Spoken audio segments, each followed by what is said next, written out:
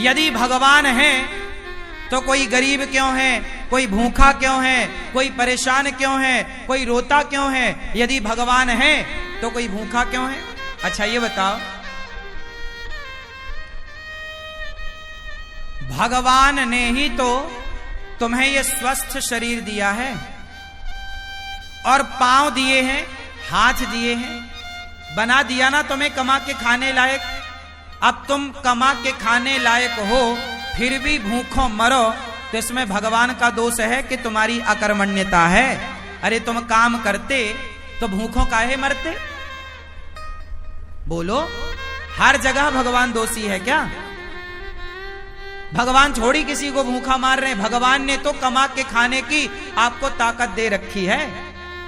पांव दिए हैं, हाथ दिए हैं। टाटा, बिड़ला, अडानी, अंबानी के पास भी दो ही हाथ हैं, आपके पास भी दो हाथ हैं। उसके पास भी इतना बड़ा दिमाग है, आपके पास भी उतना ही बड़ा दिमाग है। उसकी भी किडनी उतनी है जितनी आपकी है। उसके शरीर में भी लगभग उतना खून है जितना आपके में है। क्या ज्यादा दिया ईश्वर ने?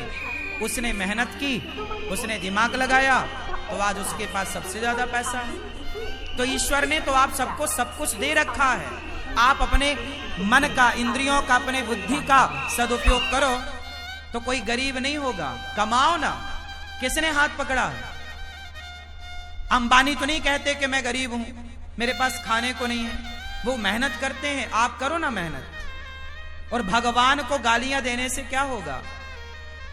भगवान को कोसने से क्या होगा? अरे भगवान होते तो कोई गरीब क्यों होता? अरे भगवान है, सब तो दिया है तुम्हें। देखने को आंख दी, सुनने को कान दिया, चलने को पांव दिया। ये कोई तुम्हारे बाप ने थोड़ी दिया है। क्यों? तुम्हारे पांव तुम्हारे बाप ने दिए हैं क्या? तुम्हारी आंख तुम्हारे बाप ने दी है क्या? सब कुछ भगवान ने तो दे रखा है। अब फिर भी तुम भूखों मरो तो इसमें भगवान का क्या दोष है? तुम करते क्यों नहीं हो काम? इसलिए हर चीज के दोषी भगवान नहीं होते। आज का इंसान अपना दोष नहीं मानता कुछ। वो अपने ऊपर नहीं लेता कि जी मैं भी तो निकम्मा हूं। आजकल के लोग करते धरते कुछ नहीं है और चाहते इतना सारा है। हमारे पास हम धन्ना सेठ हो जाएं, पैसा हो जाए। अरे पैसा हो जाएगा, मेहनत करते हो क्या? मेहनत करने की क्षमता है? पसीना बहा सकते हो? तप सकते हो क्या? जो तप रहे हैं, जो मेहनत कर रहे हैं, वो आज सुखी हैं। वो नहीं रो रहे हैं कि हम गरीब हैं। जो मेहनत करेगा वो गरीबी की छाती चीरता हुआ आगे बढ़े। और जो मेहनत नहीं करेगा, अब तुम दिन भर तो क्रिकेट देखते हो 5 घंटा, दिन भर तो तुम मूवियां देखते हो, खटिया तोड़ते हो, कमाते धमाते बाप के टुकड़ों पे पलते हो। पापा जरा मोबाइल दिला दो, पापा जरा गाड़ी दिला दो, पापा जरा ये। अरे जिस उम्र में बच्चे अपने बाप के टुकड़ों पर पल रहे हैं, उस उम्र में ये अनिरुद्धाचार्य वृद्ध माओं की सेवा कर रहा है। तुम्हारी तरह हम भी आराम करते, तुम्हारी तरह हम भी आराम फरमाते रहते, तो हम भी तुम्हारी तरह बाप के टुकड़ों पे पलते होते। क्यों? मेहनत करोगे तो सब कुछ आएगा। मेहनत नहीं करोगे तो केवल रोना हाथ लगेगा तुम्हारे। भाग्य, कुछ लोग रोते हमारे तो भाग्य में ही नहीं है, हमारे तो भाग्य। अरे भैया, भाग्य में सब कुछ होता है। भाग्य तक पहुंचने के लिए क्या तुमने मेहनत करी? की ही नहीं। मेहनत करो, पसीना बहाओ। तुम्हें तो बस आराम चाहिए। हमारी 33 साल की आयु है। हमारी उम्र के लड़के देख लो, बाजार में शराब पी रहे हैं, बाप से कह रहे हैं पापा जरा मोबाइल दिला दो, पापा जरा गाड़ी दिला दो। बाप के टुकड़ों पे पल रहे हैं। हम भी तुम्हारी तरह बाप के टुकड़ों पे पलते तो हम भी तुम्हारी तरह होते। बाप के टुकड़ों पर ना पलो। युवा हो, पढ़े लिखे हो, सेल्फ डिपेंड बनो, मेहनत करो। और गरीबी का रोना मत रो, भूखमरी का रोना मत रो। मेहनत करने वाला कभी कहीं दुखी नहीं रह सकता। पसीना बहाने वाला, क्या आप पसीना बहाने को तैयार हैं? परंतु पसीना बहाने का भी एक फंडा है। सही दिशा में बहाया गया पसीना सार्थक होगा। आप गलत दिशा में पसीना बहाओ तो बहाते रहो, कोई अर्थ ना निकलेगा। पसीना भी कहां बहना चाहिए? सही दिशा में। आप पानी में लाठियां पीटो तो पसीना तो बहेगा, मेहनत तो होगी, एनर्जी तो वेस्ट होगी, पर उसका परिणाम कुछ ना आएगा। सही दिशा की ओर बढ़ो, सही लक्ष्य की ओर बढ़ो, सही प्लानिंग के साथ चलो, तब जाके परिणाम मिलेगा, गंतव्य तक पहुंचोगे, आपको मंजिल मिलेगी, मुकाम मिलेगा, सफलता मिलेगी, कामयाबी आपके कदम चूमेगी। वरना रोते रहो फिर गरीबी के नाम पे, भगवान के नाम पे और भाग्य के नाम पे। ना तो मैं भगवान के नाम पे रोता, ना तो मैं गरीबी के नाम पे रोता, ना तो मैं भाग्य के नाम पे रोता। मैं रोता नहीं हूं भाग्य और गरीबी और भगवान के नाम पर, मन लगा के मेहनत करता हूं सवेरे से लेके शाम तक। मैं यदि अब आप सुनना, मैं कई बार 3 बजे रात को सोता हूं, काम करने जाता हूं, कई बार मुझे बाहर जाना पड़ता है किसी कार्यक्रम के लिए, कार्य के लिए, मैं रात के 3 बजे आता हूं। कई बार मैं सवेरे 4 बजे आया। 4 बजे जब मैं आया तो मैं रात भर का थका हूं ना, मैं चाहता तो सो जाता, पर मैं सोया नहीं।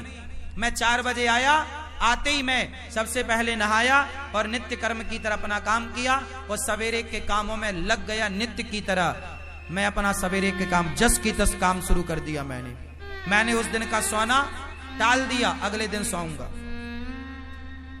क्या आप तैयार हैं इतनी मेहनत करने को, नींद को कुर्बान करने को तैयार हैं? आजकल के लोग जरा काम करते हैं थक जाते हैं। आजकल के लड़के बिस्तर पे 10 बजे सो के उठते हैं, माँ मम्मी ओ बिस्किट दे दो, जरा कहां रखी है, जरा चाय दे दो। ये नालायक, तुम्हें बिस्तर में बिस्किट चाय चाहिए, 10 बजे सो के उठते हो। लक्ष्मी तुम्हारे पास क्या करेंगी? लक्ष्मी माता वहां नहीं होती जहां आलस्य होता है। याद रखिएगा, लक्ष्मी हमेशा उनके साथ होती है जो मेहनत करना जानते हैं। मेहनत करने वाले के साथ लक्ष्मी होती है, आलसी के पास कभी लक्ष्मी नहीं होती। आलसी के पास कभी भी लक्ष्मी नहीं होती। मेहनत करो, पसीना बहाओ, कामयाबी के पीछे मत भागो, कामयाबी तुम्हारे पीछे भागेगी। तुम्हारी मेहनत तुम्हारी तस्वीर तकदीर दोनों बदलेगी। मेहनत कौन है? लता जी इतना बढ़िया गाती थी, बताओ लता जी जैसा कौन दूसरा आया? क्योंकि लता जी जैसी मेहनत किसने की, उनके जैसा रियाज किसने किया?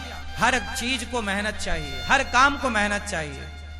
बिजनेस करना है तो व्यापार किससे चलेगा? व्यवहार से चलेगा, प्लान से चलेगा, दिमाग से चलेगा। है नहीं दिमाग, प्लानिंग है नहीं, तो कैसे चलेगा? मेहनत करना नहीं है।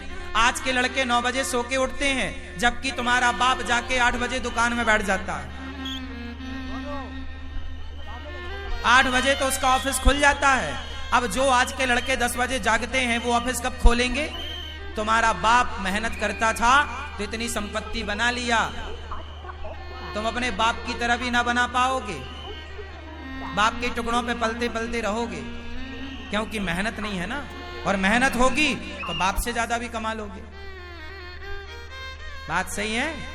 हाँ, मेरा सिद्धांत अलग है। मैं ये चाहता हूं आज का युवा 2020 होता है, लड़के नौजवान सारे मैच देखते हैं। मैंने एक दिन मैच नहीं देखा। मैं क्यों देखूं? पागल हूं क्या अपना टाइम वेस्ट करूं? पागल तुम हो जो अपना समय बर्बाद कर रहे हो। जो अपना समय बर्बाद करे उससे बड़ा मूर्ख कोई नहीं। सबसे बड़ा मूर्ख कौन? उत्तर दो। सबसे बड़ा मूर्ख कौन? जोर से। जो अपना गोल्डन टाइम, जो अपना समय बर्बाद करेगा, वो सबसे बड़ा मूर्ख है। और आज के बच्चे मूवियां देखने में, क्रिकेट देखने में समय इनका सार्थक जा रहा है कि बर्बाद? चाहे पाकिस्तान जीते क्रिकेट में, चाहे श्रीलंका जीता क्रिकेट में, तुम्हें क्या मिला? अरे चलो, भारत का मैच है, कभी एक आध देख लिया, चलो हमारा भारत जीत गया, चलो खुशियां मना ली, एक आध देख लिया। ये थोड़ी कि दिन रात तो मैच ही देखो। ये क्या भाई? जिस समय में आज के बच्चों को कामयाब हो जाना चाहिए, उस समय में ये चौका छक्के में तालियां बजाने में लगे हुए हैं। ये उम्र तुम्हारे सफल होने की है, ये उम्र तुम्हारे कामयाब होने की है। अनिरुद्धाचार्य जब 17 साल का था, जब मैं 17 साल का था ना, तब मेरे ऊपर घर की जिम्मेदारी आ गई थी कि घर में नमक है कि नहीं, तेल है कि नहीं, दाल है कि नहीं, चावल है कि नहीं, आटा है कि नहीं। यदि घर में चूल्हा जलता, मैं मेहनत करूंगा तो चूल्हा जलेगा, नहीं करूंगा तो चूल्हा नहीं जलेगा। ये स्थिति थी। 17 साल की उम्र से मैं कमाने लग गया, काम करने लग गया, परिवार की जिम्मेदारी कंधे पे आ गई और तब से काम करता रहा हूं। और आप अपनी एक माँ की सेवा कर लो तो बड़ी कृपा है। आज आपका ये बेटा, आपका ये भाई 280 वृद्ध माओं की सेवा कर रहा है, बेसहारा माओं की सेवा कर रहा है। और ये बच्चे अभी क्रिकेट देखने में लगे, समय बर्बाद करने में लगे हैं। सार्थक समय वापस ना आएगा। समय के पास इतना समय नहीं है कि वो आपको फिर से समय दे सके। समय समय पर होता है, समय समय की बात। राम जन्म का दिन बड़ा, कृष्ण जन्म की रात। सबसे समझदार कौन? जो अपने प्रत्येक क्षण का सदुपयोग कर ले, वो समय का सदुपयोग करने वाला समझदार है। समय का दुरुपयोग करने वाला मूर्ख है। और सबसे बड़ा धन है संतोष। जितना विधाता दे दे उतना बहुत है, लेकिन मेहनत जारी। मेहनत तो बहुत आगे करो, खूब मेहनत करो, लेकिन जितना मिल रहा है कंपटीशन मत रखो कि उसके पास ज्यादा उसके भाग्य का है, हम उससे कंपटीशन क्यों करें। मेरा कंपटीशन किसी से नहीं है। तेरे भाग्य का तू खा रहा है, मेरे भाग्य का मैं खा रहा हूं। तेरे हिस्से की मेहनत तू कर रहा, मेरे हिस्से की मेहनत सारे करो। मेहनत का फल ईश्वर देंगे। बस मैं मेहनत करूं, मैं आपसे ईर्ष्या क्यों करूं कि तुम ज्यादा कमाओ। भैया तुम भी कमाओ, ये संसार है, सब कमाओ। कोई हाथ थोड़ी पकड़ता किसी का। तुम अपने भाग्य का खाओगे, मैं अपने भाग्य का खाऊंगा। रावण अपने भाग्य का खाता, विभीषण अपने भाग्य का खाता। रावण के भाग्य में सर्वनाश था, विभीषण के भाग्य में लंका थी। तो भाग्य का कहीं ना जाएगा, लेकिन मेहनत करो। भाग्य भी तब आपके साथ देगा, भाग्य भी जब आप मेहनत करोगे। यदि विभीषण ने राम का साथ ना दिया होता तो क्या विभीषण का भाग्य विभीषण का साथ देता? इसलिए बिल्कुल पक्की बात है कि आपको सफल होना है, भाग्य के भरोसे रहना नहीं है, पर काम करना, मेहनत करना। खूब डट के मेहनत करो, तपाओ अपने आप को, काम की भट्टी में डाल दो अपने आप को, तपते रहो, सीखते रहो। हर दिन कुछ नया सीखो, हर दिन कुछ नया एक्सपेरिमेंट करो, हर दिन कुछ नया सोचो, हर दिन एक नए विचार के साथ जागो, हर दिन एक नई एनर्जी के साथ खड़े हो, हर दिन एक नया इतिहास लिखने के लिए तैयार रहो। क्यों मेरी मां? आराम नहीं। आज के नौजवान बच्चों की तरह मैं सोता नहीं, आजकल के नौजवान बच्चों की तरह मैं फूहड़बाजी नहीं करता, आजकल के नौजवान बच्चों की तरह मैं पिज्जा बर्गर खाता नहीं, आजकल के बच्चों की तरह मैं विचारधारा नहीं रखता, आजकल के बच्चों की तरह मैं सोचता भी नहीं। तुम जो सोचते हो ना, ऐसी सोच को तो मैं लात मारता हूं। तुम्हारी सोच घटिया है, बढ़िया सोचो, बढ़िया लोगों की संगत। कैकई माता ने, भरत जैसी माँ है, भरत की माँ है कैकई, राम ने दूध पिया है माता कैकई का, लेकिन कैकई की बुद्धि भ्रष्ट हो गई मंथरा की संगति से। जितनी बढ़िया संगति होगी आपकी, उतनी ज्यादा कीमत होगी आपकी। दुर्योधन ने शकुनी संगत करी, शकुनी की, और अर्जुन ने कृष्ण की संगति करी। मायने रखती है संगति कि आपके जीवन में आपका सलाहकार कौन है, आप संगति किसकी करते हैं। जितनी बढ़िया संगति होगी, आप उतना बढ़िया इतिहास लिखेंगे। गलत लोगों की संगति मिल गई, आजकल के नौजवान बच्चों की संगति ही तो गलत है। इनको सलाह देने वाले ही दो कौड़ी के हैं, इनको सलाह ही गलत मिल रही है, संगति गलत है, तो इनकी सोच कितनी बढ़िया होगी।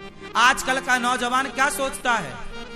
आजकल के नौजवान को 99 नहीं, 99 पॉइंट, फिर 99.99% लोग क्या सोचते हैं? आज के नौजवान बच्चों की सोच बोल रहा हूं। आजकल के बच्चों को क्या चाहिए? केवल मोबाइल बड़ा मिल जाए, बड़ी गाड़ी मिल जाए, ऐशो आराम मिल जाए, और क्लबों में घूमने का मौका, बाप पैसा दे दे तो वो क्लबों में जाके रहे, पराई लड़की के संग नाचे, उसे आज ये चाहिए। आजकल के लड़कों को क्या चाहिए? फ्रीडम चाहिए। फ्रीडम में क्या? बढ़िया मोबाइल, बढ़िया लैपटॉप, बढ़िया गाड़ी, बढ़िया व्यवस्था, 5 स्टार होटल, बढ़िया एक लड़की चाहिए, उसके संग वो घूमेगा, लिव-इन में रहेगा, बस। इससे ज्यादा आज के ये लड़के सोचते क्या है? इनकी बुद्धि में केवल सुरा है और सुंदरी है।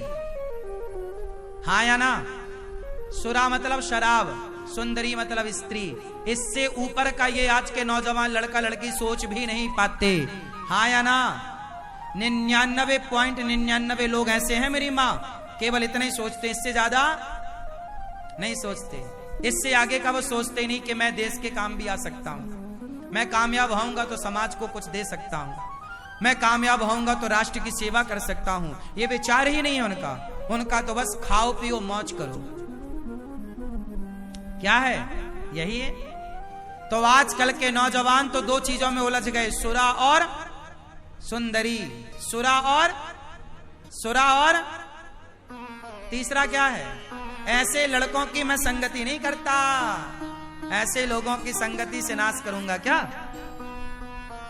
तुम्हारी सोच, तुम अपने विचार अपने पास रखो। सबसे विचार नहीं लेना चाहिए, सबसे सलाह नहीं लेना चाहिए। कैकेयी माता ने मंथरा से ली, क्या हुआ? दुर्योधन ने शकुनी से सलाह ली, क्या हुआ? आप भी गलत व्यक्ति। इसलिए हमारे यहाँ गुरु होते हैं। क्या होते हैं?